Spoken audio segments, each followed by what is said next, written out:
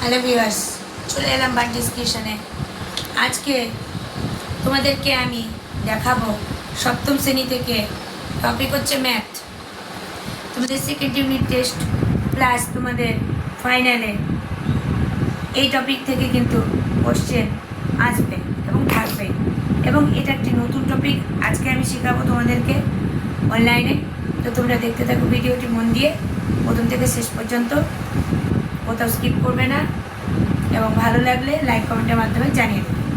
নতুন ভিউয়ার্সদের জানাই স্বাগতম। তোমাদের যে চ্যানেলটি ভালো লেগে থাকে তোমরা সমস্ত রকম সাবজেক্টের ভিডিও পেতে আমাদের চ্যানেলে সাবস্ক্রাইব করে অল বাটনটি প্রেস করে রাখো, পরবর্তী সমস্ত নোটিফিকেশান সবার আগে জানার জন্য। তা আজকের টপিক হচ্ছে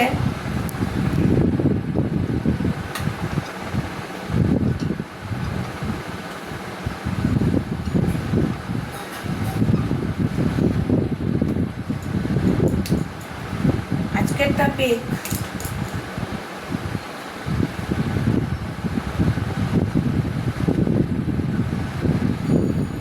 আসন্ন মান। আমাদের গণিত থেকে আসন্ন মান আমরা কিভাবে করব এটা চলো এবার দেখে নিই। ধরো কোনো প্রশ্নে বলা আছে যে প্রশ্নটা হচ্ছে এরকম 152.7 সেমি, ঠিক আছে? এর আসন্ন মান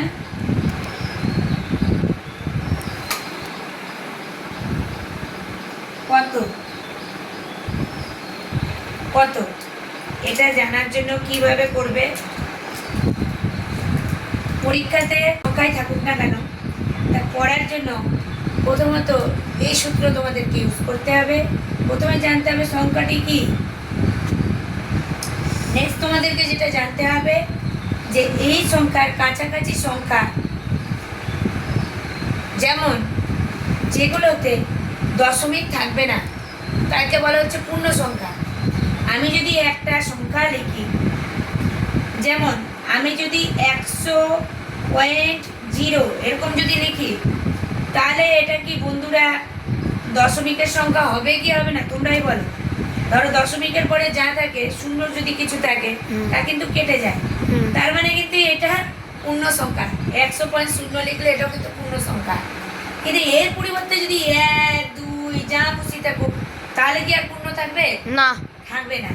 তাহলে সেরকম ভাবে আমি ভাববো এই সংখ্যাটির ঠিক সব থেকে নিকটতম সংখ্যা তোমাকে নিতে হবে। সব থেকে নিকটতম সংখ্যা বলতে তাহলে একই রকম ভাবে চিন্তা করো, এটা যদি শূন্য থাকতো তাহলে কিন্তু এটা একটি পূর্ণ সংখ্যা হতো। এটা দেখা যাচ্ছে দশমিকের পরে অন্য কোনো সংখ্যা আছে, তাই জন্য একটা পূর্ণ সংখ্যা হতে পারলো না। কিন্তু আমাদেরকে অঙ্কের ক্ষেত্রে ব্যবহার করার জন্য পূর্ণ সংখ্যা নিতে হবে। তো চলো প্রথমে লিখি 152.7 এর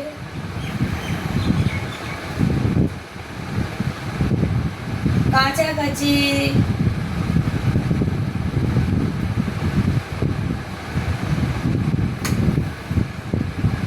পূর্ণ সংখ্যা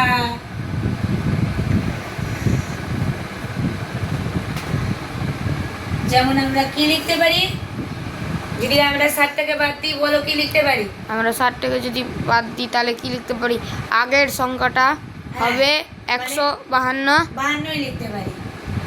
আমি কিন্তু চাইলে এখানে 151 দিতেই পারি, 150 দিতেই পারি, কিন্তু কেন দেবো না বন্ধুরা? এটা সব থেকে কাছাকাছি সংখ্যাটাই আমাকে বেছে নিতে হবে এই অঙ্কের জন্য। তাহলে 152 আমি ধরে নিলাম, এটা একটা। এটা হচ্ছে নাম্বার 1। নাম্বার 2 তোমাদের যেটা করতে হবে, 152 অপর কাছাকাছি পূর্ণ সংখ্যা কি হতে পারে? এবার যদি 7 থেকে এবার কি করব, আরেকটি আমি পূর্ণ সংখ্যা নিতে চাই, সেটাও কাছাকাছি হতে হবে। 151 দিকে আর যাব না, কেননা 7 থেকে 152 এর পাশে কিচ্ছু নেই, মানে 7 হলে কিছুটাও বড় আছে, তাই জন্য আমি 152 নিয়েছি। এবার আমি 151 নেব না, এক ঘর আমার কমে যাচ্ছে, তাহলে আমাকে কি করতে হবে, ঠিক কাছাকাছি নিতে গেলেই আবার এক ঘর বাড়তি নিতে হবে। ঠিক আছে, তাহলে যখন 7 থেকে আমি ডান দিকে যাব বা উঁচুর দিকে যাব, তখন আমার কত পূর্ণ সংখ্যা হবে, কত হবে বলো? 153। 153। তাহলে এই দুটো যথাক্রমে আমি পেয়ে গেলাম। এবার চলো আসন্ন মান বের করার জন্য আমরা সব থেকে নিকটতম কোনটি সেটা আমি দেখে নেব। ঠিক আছে, নিকটতম দেখার জন্য তোমাদেরকে যেটা করতে হবে বন্ধুরা, প্রথমত আমরা একটা একটা করে বিয়োগ করব। মানে 1 নম্বরে বিয়োগটা আমি এখানে দেখাই। 152, আচ্ছা 152 বড় না 152.7 বড়? 152.7 বড়।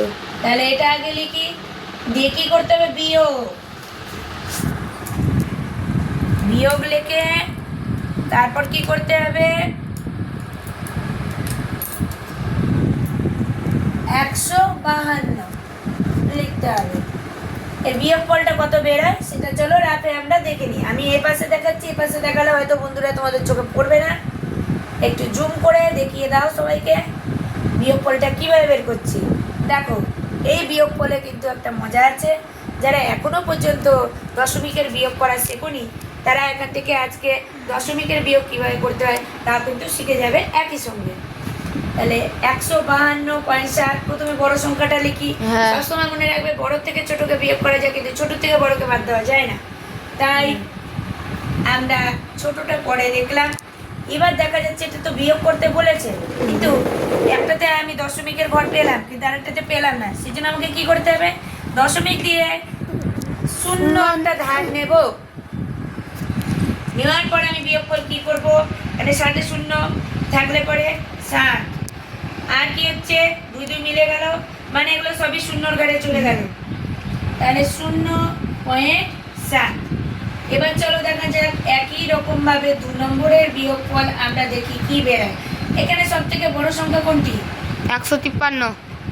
153 মাইনাস, এবার এটা লিখবো 152.7 সমান সমান কত।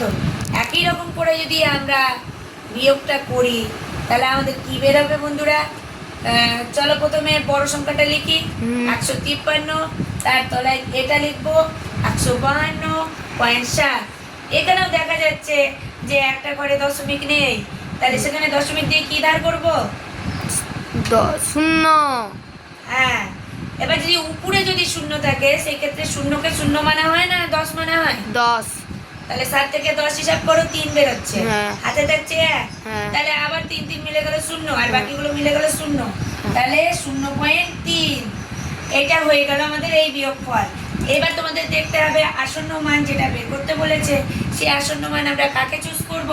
দেখা যাচ্ছে আমাদের নিকটতম সব থেকে কিন্তু 0.3 যেটা বেরিয়েছে এটাই, আর এটা যে বেরোলো এটা কার সঙ্গে বিয়োগ করে বেরোলো, 153 সঙ্গে। তাহলে এখানে আমি সরাসরি লিখতে পারবো। বন্ধুরা যদি ভিডিওটি তোমাদের হেল্পফুল মনে হয় এবং যদি শিখে থাকো সম্পূর্ণ ভালো করে, তাহলে তোমাদের কাছে এই ভিডিওটি আশা করি আকর্ষণীয় হয়েছে বা সারপ্রাইজ বলে ভাবার কথা তোমাদের। তো তোমরা এরকম ভিডিও আরও পেতে চাইলে লাইক কমেন্ট করে কিন্তু জানাতে ভুলো না, আর একটু বন্ধুদের সঙ্গে বেশি বেশি করে শেয়ার করে দাও যাতে সবাই দেখে উপকৃত হয়। তোমাদের যত রেসপন্স পাবো ততই আমি আরও ভিডিও দিতে উৎসাহ পাবো। তাহলে নির্ণেয় আসন্ন মান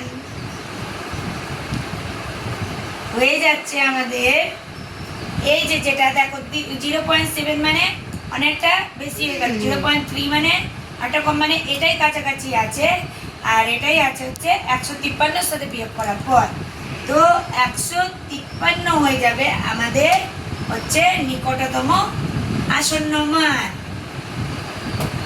এই ছিল আজকে আমাদের ম্যাথ ম্যাজিক। তোমাদের কেমন লাগলো জানাতে ভুলো না। দেখা হচ্ছে নেক্সট এপিসোডে তোমাদের সঙ্গে খুব শীঘ্রই। সকলে ভালো থেকো, সকলে ভিডিওটি দেখার জন্য অনেক ধন্যবাদ জানাই।